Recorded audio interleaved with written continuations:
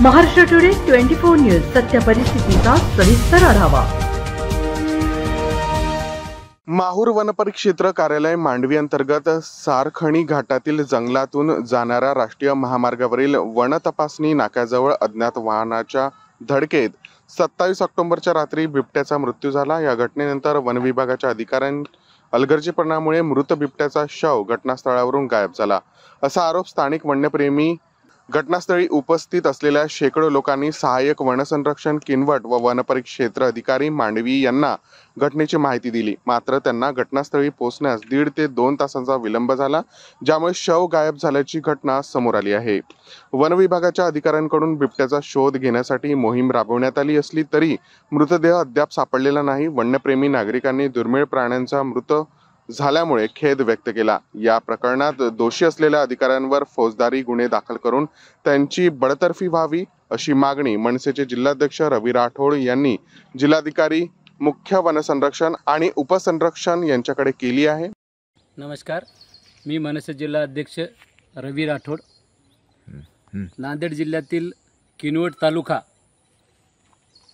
तालुक्यावरून जाणारा महामार्ग हा जंगलातून जातो।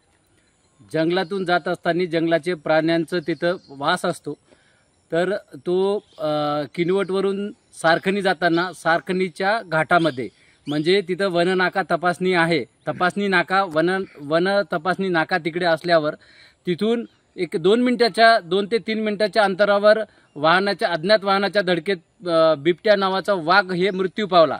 मग तिकडं जमल्यानंतर नागरिकांचा जमाव जमल्यानंतर तिकडं वन विभागाकडे त्यांनी सूचित केलं, त्यांना कळवलं की वनक्षेत्रपाल व वन उपसंरक्षक किनवट यांना की इकडं अशी दुर्घटना घडली आहे, त्या दुर्घटनेत ते मयत बिबट्या इथं रोडवर पडून आहे।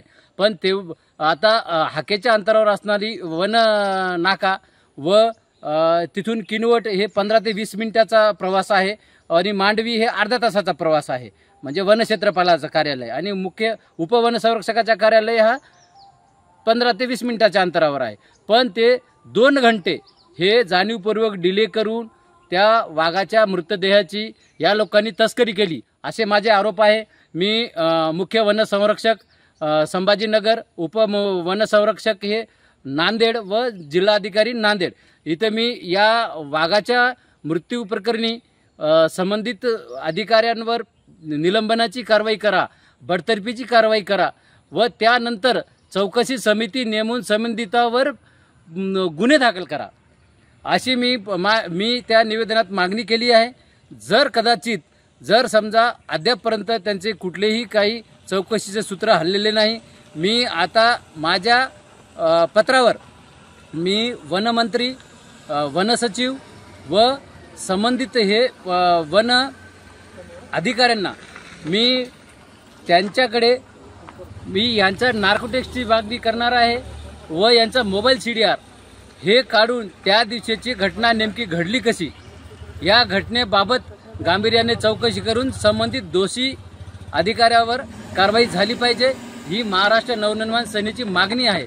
अन्यथा आम्ही जिल्हाभर एक मोठं आंदोलन उभारू। महाराष्ट्र टुडे मराठीसाठी प्रतिनिधी राजू दराडे, माहूर, नांदेड। आजच महाराष्ट्र टुडे 24 न्यूजला सबस्क्राईब करा आणि सत्य परिस्थितीचा सविस्तर आढावा पहा।